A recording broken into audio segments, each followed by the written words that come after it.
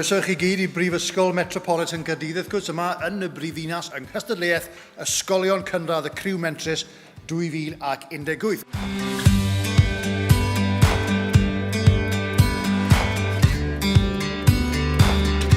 There's a huge amount of excitement here, and we've got young people in our primary schools that have come up with some fantastic business ideas, and it's a wonderful celebration of some of the enterprise activities that are going on in Welsh schools. Mae'r plant wedi dysgu llawer iawn o sgiliau megis cydweithio gydag eraill, arwain busnes, datblygu sgiliau busnes, chyfathrebu yn ogystal â ymwneud â'r cymuned leol. Ein bwriad oedd I greu busnes bach llwyddiannus oedd yn denu sylw plant, rhieni ac yn bennaf oll y gymdeithas ac ymwelwyr.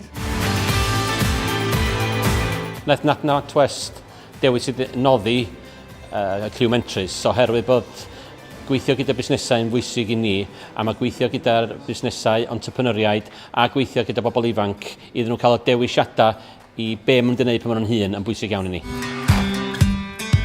Mae wedi bod yn un o'r dynodau caletaf o ran penderfynu rhwnt pwy dyle ennill pa wob.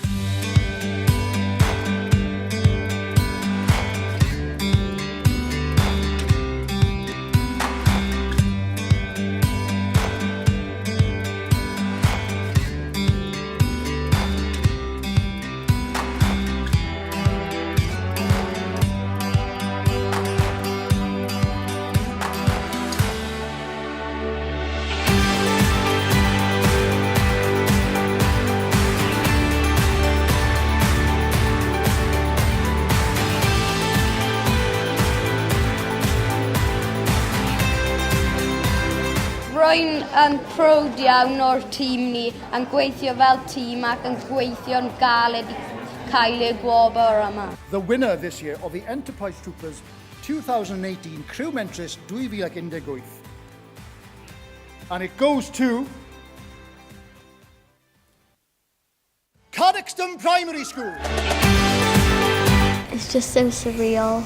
We just really wanted to tackle food waste. We want to take our snack shack to different places. Enterprise Troopers winners 2018! Woohoo!